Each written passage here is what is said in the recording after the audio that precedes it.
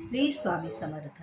महाशिवरात्रीच्या दिवशी हा एक मंत्र आपल्या सर्व समस्याचं निवारण करणारा आहे.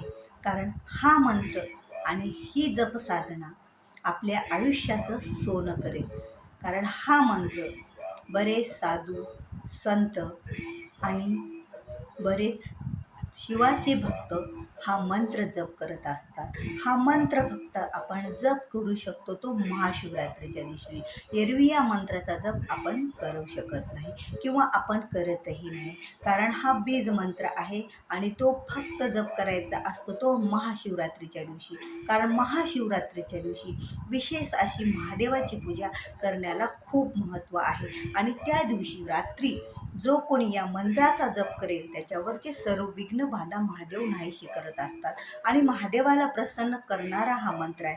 महादेवाची कृपा आशीर्वाद मिळण्यासाठी या मंत्राची जपसाधना म्हणजे आपल्या आयुष्यामध्ये ज्या काही उणीव आहेत, जे काही आपले प्रश्न आहेत, जे काही आपले अडलेले कामे आहेत, जे काही आपल्या समस्या आहेत, त्या सर्वांचं निवारण होणार आहे. आणि आपल्याला लक्ष्मी प्राप्तीसोबत आपल्यावरचं आपलं आरोग्य पण चांगलं राहणार आहे. आरोग्याच्या दृष्टीने पण हा मंत्र तेवढाच महत्त्वाचा आहे.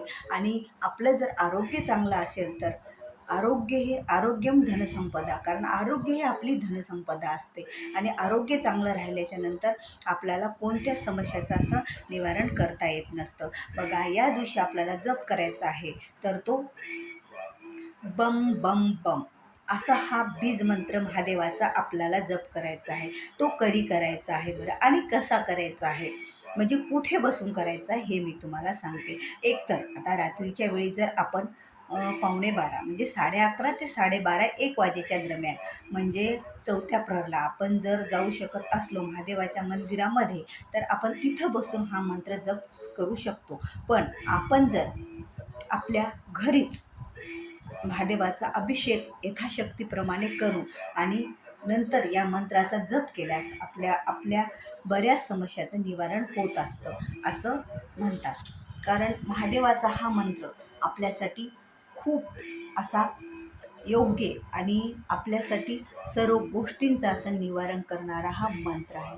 म्हणून तर हा मंत्र आपल्याला जप करायचा आहे महादेवाचा महाशिवरात्रीच्या दिवशी. महाशिवरात्रीच्या दिवशी बम बम बम असा मंत्र आपल्याला जप करायचा आहे. आणि या मंत्राद्वारे आपल्याला महादेवांना प्रसन्न करून घ्यायचे आणि त्यांचे कृपा आशीर्वाद आपल्याला प्राप्त करून घ्यायचे. श्री स्वामी